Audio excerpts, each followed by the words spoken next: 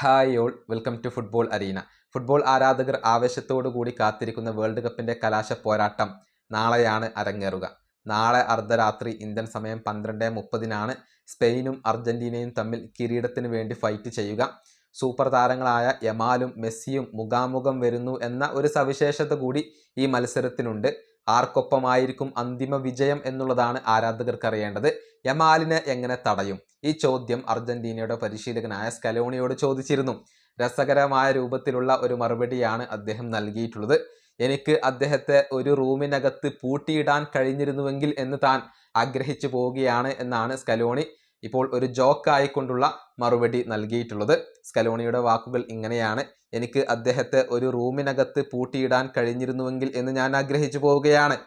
കാരണം അവൻ അത്രയധികം അമേസിംഗ് ആയ ഒരു താരമാണ്. ഒരു നിധി പോലെയാണ് അവൻ. യുവതാരമാണ്. ഇനിയും ഒരുപാട് കാര്യങ്ങൾ ഫുട്ബോൾ ലോകത്ത് ചെയ്യാൻ അവന് സാധിക്കും. ദേശീയ ടീമിന് വേണ്ടി ഒരുപാട് കാര്യങ്ങൾ അവൻ ചെയ്തിട്ടുണ്ട്.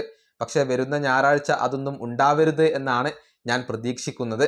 പക്ഷേ മെസ്സിയെ പോലെ വളരെയധികം തടയാൻ ബുദ്ധിമുട്ടുള്ള ഒരു താരം തന്നെയാണ് യമാലും. ഇതാണ് ഇപ്പോൾ സ്കലോണി പറഞ്ഞിട്ടുള്ളത്. യമാലിനെ വില കുറച്ച് കാണാൻ അദ്ദേഹം ഒരുക്കമല്ല. മെസ്സിയെ പോലെ തന്നെ തടയാൻ ബുദ്ധിമുട്ടുള്ള വളരെയധികം മികവുള്ള ഒരു താരമാണ് യമാൽ. അദ്ദേഹം തങ്ങൾക്ക് വെല്ലുവിളിയാകും എന്നുള്ള ഒരു റിയാലിറ്റി ഇപ്പോൾ സ്കലോണി മനസ്സിലാക്കുന്നുണ്ട്. ഏതായാലും ഈ വേൾഡ് കപ്പിൽ ഒരുപാട് ഗോളുകളൊന്നും നേടാൻ യമാലിന് കഴിഞ്ഞിട്ടില്ല. പക്ഷെ എപ്പോഴും അദ്ദേഹം തൻ്റെ ടീമിനെ സഹായിക്കുന്നുണ്ട്. തീർച്ചയായും അർജന്റീനയ്ക്ക് ഒരു വെല്ലുവിളി സൃഷ്ടിക്കാൻ യമാലിന് സാധിക്കും എന്നാണ് ഇപ്പോൾ പ്രതീക്ഷിക്കപ്പെടുന്നത്. ഈ വീഡിയോ അവസാനിപ്പിക്കുന്നു. അടുത്ത ടീമിനെ കാണാം.